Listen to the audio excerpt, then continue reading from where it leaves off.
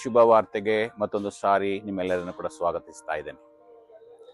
ಒಂದು ದಿನ ಒಬ್ಬ ಹುಡುಗ ಒಂದು ದೊಡ್ಡ ವಿದ್ಯಾಲಯಕ್ಕೆ ಸೇರಿಕೊಳ್ತಾನೆ. ಆತನ ವಿದ್ಯಾಲಯದಲ್ಲಿ ಓದಿದಿ ಒಳ್ಳೆ ಪದವೀಧರನಾಗಿ ಉತ್ತೀರ್ಣನಾಗ್ತಾನೆ. ಆದ ಮೇಲೆ ಆತನು ಕ್ರೈಸ್ತ ಕುಟುಂಬದಲ್ಲಿ ಹುಟ್ಟಿದ ಕಾರಣದಿಂದ ಒಂದು ಮಿಷನರಿಗೆ ಸೇರಿಕೊಳ್ಬೇಕೆಂಬುದಾಗಿ ತೀರ್ಮಾನಿಸ್ತಾನೆ.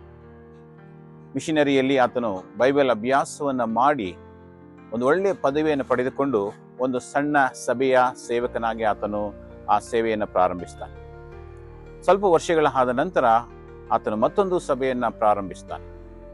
ಮತ್ತೊಂದು ಸಭೆಯನ್ನು ಪ್ರಾರಂಭಿಸುವಾಗ ಆ ಸಭೆಯಲ್ಲಿ ಹೆಚ್ಚಿನ ಜನರು ಸೇರಲ್ಪಟ್ಟ ಕಾರಣ ಆತನಿಗೆ ಅನಿಸುತ್ತೆ ಆತನ ಸಭೆಗೆ ಒಂದು ನಾಯಕತ್ವದ ಅಧಿಕಾರ ಬೇಕಾಗತ್ತೆ ಎಂಬುದಾಗಿ, ನಾಯಕತ್ವ ಬೇಕೆಂಬುದಾಗಿ ಆತನು ಅರ್ಥ ಮಾಡಿಕೊಳ್ತಾನೆ. ನಾಯಕತ್ವ ಬೇಕೆಂಬುದಾಗಿ ಅರ್ಥ ಮಾಡಿಕೊಂಡಾಗ ಆತನು ಆ ಸಭೆಯನ್ನ ಬಿಟ್ಟು, ನಾಯಕತ್ವಕ್ಕೆ ಬಿಟ್ಟು ಆತನು ಬೇರೊಂದು ಕಡೆಗೆ ಹೋಗ್ತಾನೆ ಪ್ರಿಯರೇ. ಆದ್ರೆ ನಾವು ಒಂದನ್ನು ಅರ್ಥ ಮಾಡಿಕೊಳ್ಬೇಕು, ಆತನಿಗೆ ಬೇರೆ ಯಾವುದೇ ಕೆಲಸ ಇರಲಿಲ್ಲ. ಆ ಸೇವೆಯನ್ನು ಬಿಟ್ಟು ಬೇರೆ ಯಾವುದೇ ಕೆಲಸ ಇರಲಿಲ್ಲ ಆತನು ಸೇವೆಯನ್ನು ಕೂಡ ಒಪ್ಪಿಸಿಕೊಟ್ಟು ದೇವರು ನನ್ನ ಮತ್ತೊಂದು ಸ್ಥಳಕ್ಕೆ ನನ್ನನ್ನು ಕರ್ಕೊಂಡು ಹೋಗ್ಬೋದು ಎಂಬುದಾಗಿ ಯೋಚಿಸಿ ಆತನ ಇದ್ದಂತ 2 ಸೇವೆಗಳನ್ನು ಬಿಟ್ಟು ಆತನ ಮನೆಗೆ ವಾಪಸ್ ಬರ್ತಾನೆ ಪ್ರಿಯರೇ.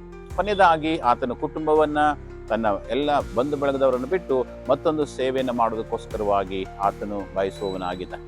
ಸೊ ಪ್ರಿಯರೇ, ಒಂದು ಘಟನೆಯಿಂದ ನಾವು ಒಂದು ಅರ್ಥ ಮಾಡಿಕೊಳ್ಳಬೇಕು, ನಮ್ಮ ಆಲೋಚನೆಗಳಿಗಿಂತ ದೇವರ ಆಲೋಚನೆಗಳು ಉತ್ತಮವಾಗಿದೆ ಪ್ರಿಯರೇ. ದೇವರು ನಮ್ಮನ್ನು ಎಲ್ಲಿಗೆ ಕರೆದುಕೊಂಡು ಹೋಗಬೇಕೆಂಬುದಾಗಿ ಬಯಸುತ್ತಾನೋ ಆ ಸ್ಥಳಕ್ಕೆ ಆತನ ಸುಂದರವಾದ ರೀತಿಯಲ್ಲಿ ಕರೆದುಕೊಂಡು ಹೋಗುವವನಾಗಿದ್ದಾನೆ. ಆದಿಕಾಂಡ 12ನೇ ಅಧ್ಯಾಯದಲ್ಲಿ ನಾವು ನೋಡ್ತೇವೆ, ದೇವರು ಅಬ್ರಹಾಮನಿಗೆ ಹೇಳ್ತಾನೆ, ನಿಮ್ಮ ಸ್ವದೇಶವನ್ನ, ನಿಮ್ಮ ಬಂಧು ಬಳಗವನ್ನ, ನಿಮ್ಮ ತಂದೆಯ ಮನೆಯನ್ನು ಬಿಟ್ಟು ನಾನು ತೋರಿಸುವಂತ ದೇಶಕ್ಕೆ ಹೋಗು, ನಾನು ನಿನ್ನಲ್ಲಿ ಆಶೀರ್ವದಿಸ್ತೇನೆ ಎಂಬುದಾಗಿ ದೇವರು ಹೇಳುವಾಗ ಅಬ್ರಹಾಮನು ಆ ಮಾತಿಗೆ ಒಪ್ಪಿ ತನ್ನ ಮನೆಯನ್ನ, ಬಂಧು ಬಳಗವನ್ನ, ನೆಂಟರಿಷ್ಟರನ್ನು ಬಿಟ್ಟು ದೇವರು ಕರೆದಂತ ಸ್ಥಳಕ್ಕೆ ಆತನು ಹೋಗುವಾಗ ಆತನು ಆಶೀರ್ವದಿಸಲ್ಪಟ್ಟನು ಎಂಬುದಾಗಿ ನಾವು ನೋಡ್ತೇವೆ. ಹಾಗೆ ದೇವರು ನಮ್ಮನ್ನು ಕರೆಯುವಾಗ ನಾವು ಹೋಗೋದಕ್ಕೆ ಸಿದ್ಧವಾಗಿರುವುದಾದ್ರೆ ದೇವರು ನಮ್ಮನ್ನು ಆಶೀರ್ವದಿಸುವವನಾಗಿದ್ದಾನೆ. ಈ ಒಂದು ವಾಕ್ಯಗಳ ಮೂಲಕವಾಗಿ ದೇವರು ನಿಮ್ಮನ್ನ ಆಶೀರ್ವದಿಸಲಿ. Praise the lord.